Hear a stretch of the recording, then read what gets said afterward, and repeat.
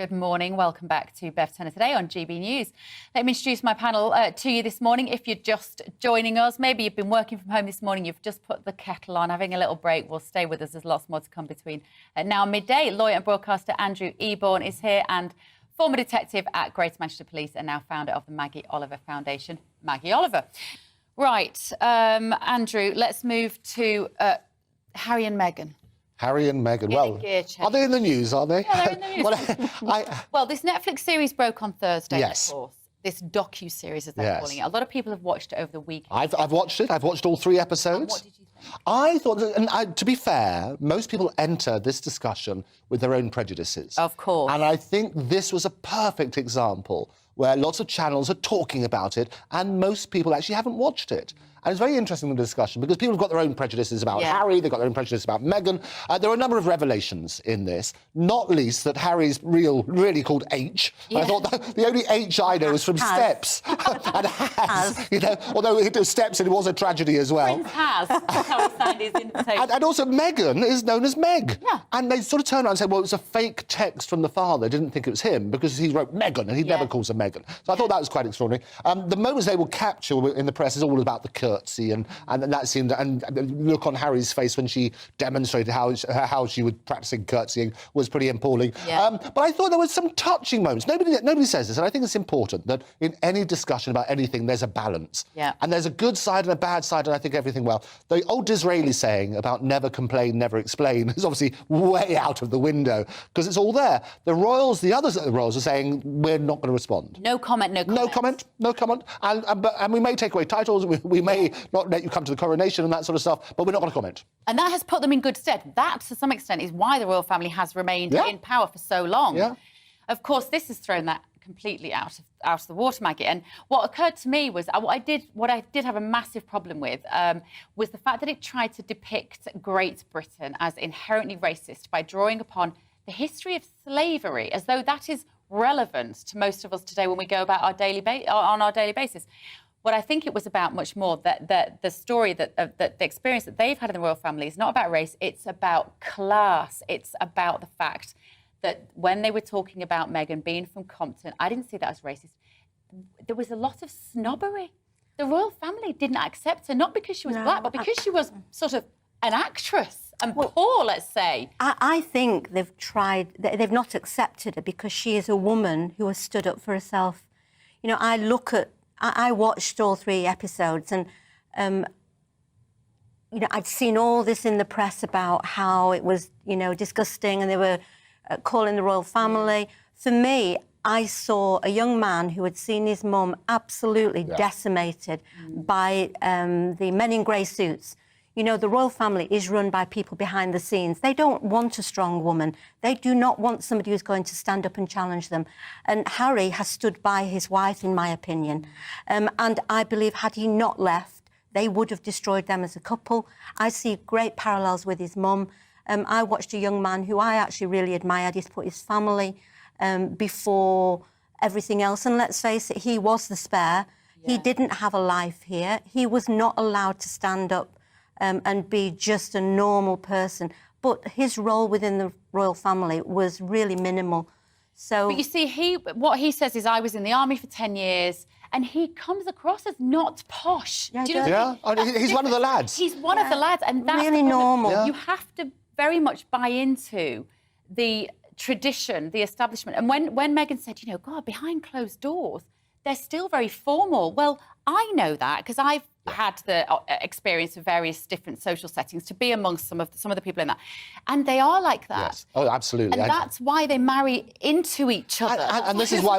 And if you take it back a generation, that's why Charles had to marry Diana because she was the virgin bride and that sort of thing. Middleton got it. Yes. She had been raised, who knows why, her schooling, but she understood that formality, and Meghan didn't get it at all. And I think the thing I was saying, talk about balance, it's about getting the facts right, because a lot of press say, oh, that didn't happen, or that didn't happen, or recollections may vary. I think we need to look at that sort of side. We don't have one truth, though, do we? We have a representation of the truth, and I think that the establishment wanted the truth to be the truth that they represented. Yeah. And I really take my hat off to them for standing up, because you know, even in my life, I was depicted as this woman who had lost the plot, who had been bereaved. You know, I was this woman, I'd actually lost my marbles. That wasn't true. Yeah. And I look at the way they have represented them as a couple. And I think it is false. I'm a great fan of Princess Diana.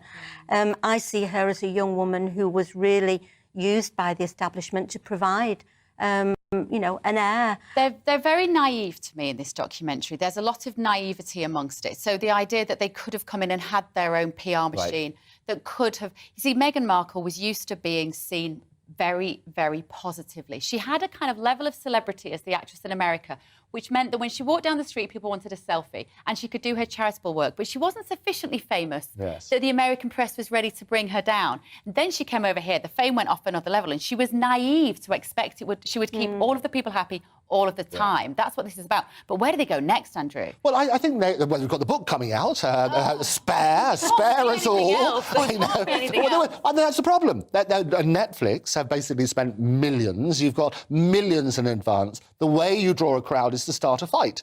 So they're expecting all these big revelations and so on and so forth. So far, there haven't been the big revelations. I think the bit I would always say is I would urge everybody just question everything. Because most people approach these stories with their own prejudices. In the Oprah Winfrey interview, the bit I objected to is that sort of blanket accusation about racism. Because if you don't say who, when, how, in what context, that's an issue. I just wanted to say to Meghan, watching it, this is not because you're mixed race. This is British aristocratic society. Really, I'm so sorry that it's not that. They would treat you or me the same, Maggie. Yeah, they would. They don't like a strong woman. No, you are. You know, it's very much a man's world still. In that, you know, the men behind the scenes. I mean, you look at what happened with the lady in waiting, and you know, that's a that. She should have. But that was a generational thing as well as. I don't really pretend to understand. But I do know that somebody in their 80s will have a different outlook than somebody in their 20s or 30s. So and there's a lot of levels to this. I just think, you know what, you look like you really love each other. You've got this codependent relationship. Just go and have a fabulous life in America.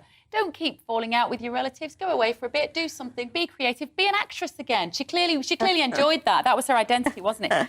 Anyway, right, strikes. Talk about strikes. Well, I mean, this is all of the headlines at the moment is all about strike soccer, and the Sussexes go for the avalanche of alliteration. Well, the government has got contingency plans for the upcoming strike. They're going to have a meeting today, an emergency COBRA meeting, to try and see what they can sort out. And it's a problem, isn't it? Because I sympathise with lots of people. It's a cost of living crisis. There's not enough money to go round. My big question, however, is where's it going to come from? The COBRA meeting, however, is not about where's the money coming from. It's about contingency plans, about getting the army in and cover and so on and so forth. And the public sympathy. I mean, it was encapsulated in a cartoon today in The Sun, if you like, talking about that little other thing about soccer.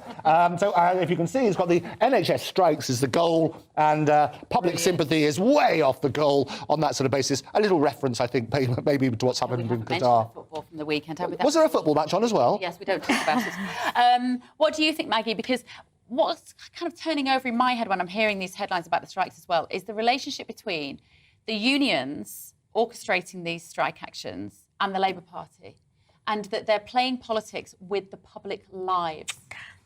You know what? I've thought about this a lot, Bev, and I have never been a person that has supported strikes. But what I see in the world today is a world that is going to a place where we have very rich people and very poor people, and there is no dialogue between the two extremes.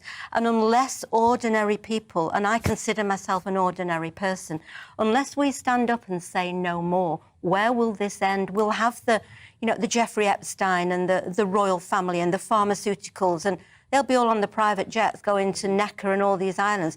We'll be stuck on an electric car in a 5-mile radius of London.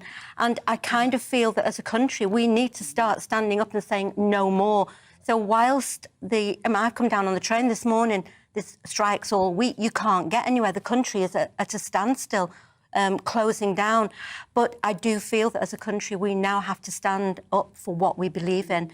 And this is one way of doing it. There is strength in numbers, and there is a part of me that thinks if we don't stand up now, where will this world be when my children and my age and my grandchildren are? So What do you that's think? kind of where I stand with it. Yeah, I know. I'm with you. I'm very torn about it because I don't like the disruption, I think, this time of the year. And I think we've been through so much and everyone was looking forward to a proper Christmas. And they're talking in the paper today, but you've got to have a virtual Christmas with your family because you're not going to see them. No, we don't want another Zoom Absolutely. No way. No way. I mean, we saw that headline, didn't we, this morning in the green room, and I said to Maggie, how do you feel about a Zoom Christmas? She said, I would ski there if I had to. I am not playing ball anymore. No. I am fed up doing as I'm told and seeing all these people doing what they want. So absolutely no way. But you have a point about the fact that we've got these big corporate entities, it seems, that are making profits. Whilst other, you know, we normal people... And that's my concern about the world at the moment. We're living in divided times, the have and the have-nots. Joe Biden, the best thing he could have done with his campaign is an anagram of be joined. Joe Biden, thank you. The work on that basis. We're divided, whether it's in or out, with Brexit, whether, you know, we get the devolution with Scotland and so on and so forth, whether it's vax or anti-vax. The trouble is we need something to unite us. And Christmas and festivities is something which normally gets everybody together as a joyous moment. My son says often, he said, Mum, he said, you're worrying about what's going on here.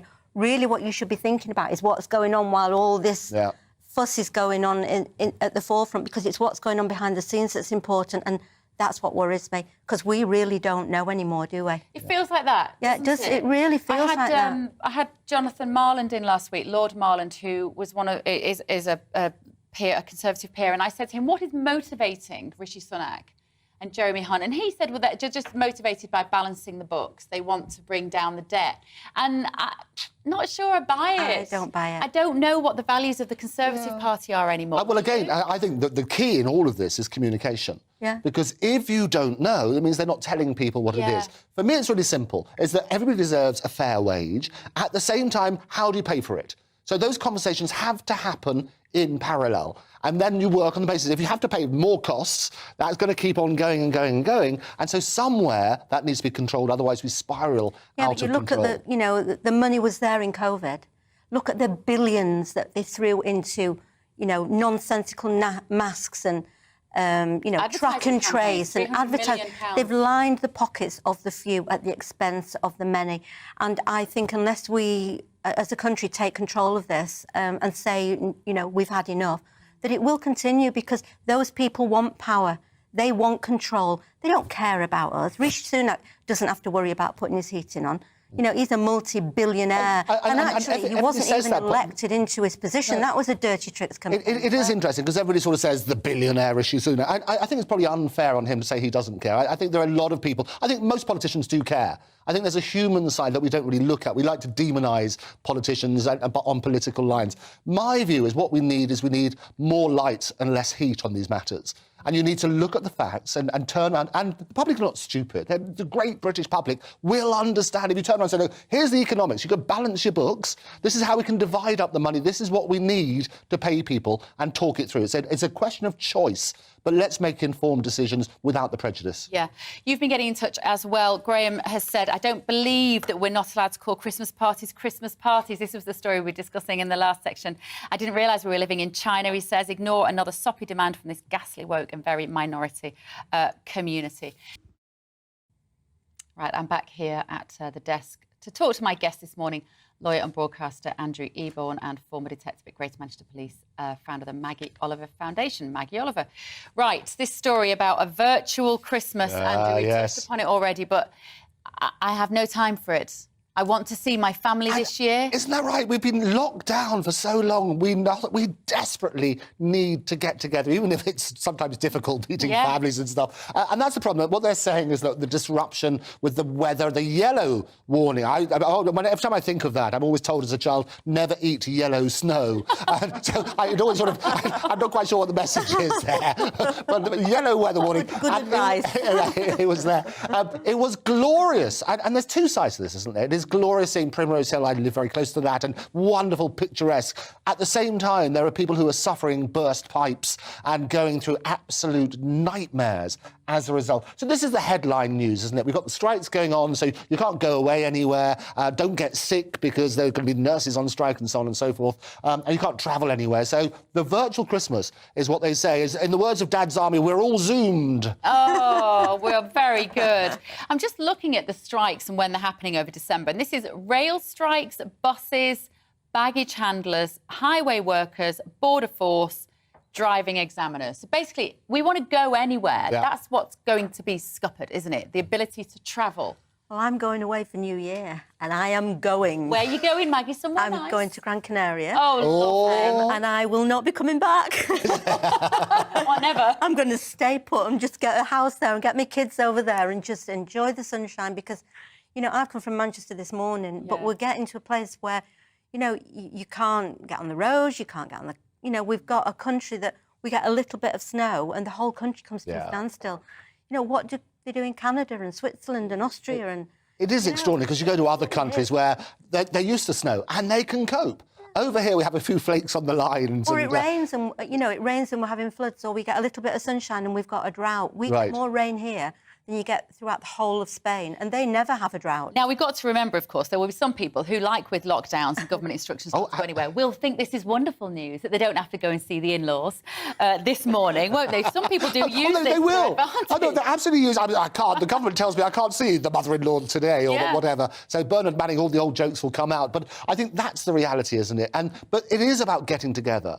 And I think that we need these moments. We touched on this earlier, about we're very divided at that moment. Yeah. You need these moments where we can come together as a country and celebrate. And boy, do we need Christmas. Cross-generational. Yeah, that's the thing. absolutely. I want the grannies in the room with the kids and the teenagers upstairs on their phones in their bedrooms not talking to anyone. No, we have to change that as well. You know, we have to bring people together this year more than ever. I put my kids on a screen ban one night this week. Oh, well done. Oh, they were just How did that go? It was driving me mad. That's it, all gone. And I said, we're going to play a board game. Yeah. And of course, the 11-year-old went, that's brilliant. And then I felt guilty because we don't do that enough. The 13-year-old rolled around. Anyway, and we did, and we played a board game. Oh, we love it. What? They loved it. What did you play? We played memory games, so we just had a memory like game. that. And also, I realised I have no short-term memory. Don't try you forgot where you put the game. Yeah, not when you've had your first gin and tonic with you. Hey. But honestly, I mean, it was so nice, and they really enjoyed it. Right. And we're so easy to just sit them on my their daughter screen. always takes cars when we go out for something to eat. Yeah. I don't really want to play anymore, but you know, you have to, don't you? It's great. Make the effort. Or Monopoly. And well, Monopoly, of course, is more family rouse than anything, I can tell you. I used to go on for days when I was, absolutely. And, you know, learning to add up and you know, all those, you know, our brains are going to be dying because you have a sat-nav now, you know, you don't follow a map, you don't add anything up. Snapchat, video, 2 seconds, 2 seconds, 2 seconds, 2 seconds, 2 Flick seconds. And I thought these kids need to use their memories. Maggie, what's this story about the first public parole hearing in the UK? Explain this to us. Yeah, it's quite a serious one. There's a guy called Russell Causley who faked his own death after he killed his wife.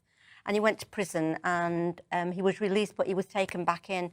Now, parole hearings are normally in private. So they go on behind closed doors, but this is the first public one. And I think it's a good idea because I remember do you remember the black cab rapist? John Warboys. Yes, and he raped probably hundreds of women. Yeah.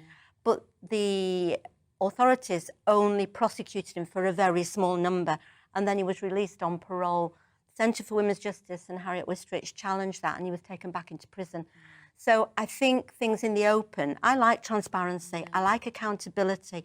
I think it's dangerous when things are behind closed doors for things to go unchecked, and so I think it's a good thing. As a lawyer, Andrew? As a lawyer, absolutely. TV or not TV, that is the question. You're a lawyer. Absolutely.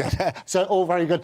No, we had our first case in July where Sarah Munro basically sentenced Ben Oliver for the crime that he committed. And you're right, it's not just about justice. Justice should be not just done, but seen to be done. So making the whole process transparent gets what I've been banging on about all day, is about understanding. And so you understand about mitigating circumstances, you understand about aggravating circumstances. And we had a classic case in the last few days about Harry Dunn and eventually getting justice for his family. Yeah. That was the one, if you remember, about the US diplomat's wife who originally was killed in August 27th, 2019, 3 years the family have been campaigning tirelessly to get justice. And originally they were talking about diplomatic immunity and so on and so forth, and she could have got away with it altogether. She volunteered as a result of political pressure, probably, to admit to something. I refer back to the Rochdale case as well, you know, with the guys who...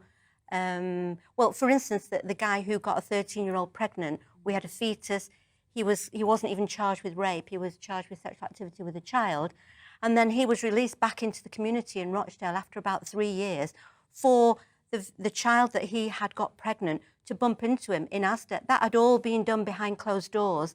It was wrong. He should have got a lot more, but had that been in the public arena, that never would have happened. So for me, I am all for transparency and openness and discussion and debate, because the courts and the criminal justice system is what we as a country need. Yes. And we need a working one that is transparent. And at the moment, family courts are all behind closed doors, and the horror that goes on in those places is never challenged because we don't know about it. And that's the point. You have to have, it's about understanding. Yeah. And the more that people can understand, and actually that way you'll avoid the sensationalist headlines. Yeah. They only got this for this. Well, there are mitigating circumstances in certain cases, and every case is different. Do you apply that, Maggie, as well to those who are accused of sexual misconduct, retaining their anonymity? You know what, I've been asked that. Complicated, yeah, isn't it? It is a complicated, but I do believe in innocent until proven guilty. And I look at, you know, the high profile. So say you think of Cliff Richard, and with the BBC filming him, he will never let go of being accused of being a paedophile. So I guess it is a controversial thing, but if you are guilty, wait until you are guilty, until you're proved to be guilty. And I kind of feel that to be accused of a sexual crime is such a life-destroying thing to be accused of. Because people always think, Andrew, no smoke without fire. No smoke without fire. Well, and I think dirt sticks, as they say, and so I think that you're right. The fundamental principle is that people are innocent until proven guilty. If you have trial by media, everybody's laying in, and everybody comes out as what we say the court of public opinion can dictate so many things, and terribly unfair and again, in terms of justice. On the Rochdale case, I saw a child of 15 secretly added onto the indictment as one of the paedophiles without a trial, without transparency. So I really do believe in, you know, in innocent until proven guilty. Yes, absolutely. Fundamental point. Otherwise, you are on a very slippery slope. Well, we've come to the end of the show. It's flown by. Thank you so much, Maggie Oliver, Andrew Thank you very Eborn. much. Thank you for being here as my guest today. I'll have you back another day. It has flown by. Thank you also for your contributions this morning. Up next, it's GB Newsday with Mark Longhurst. I'm Bev Turner. I'll see you tomorrow morning at 10. Take care.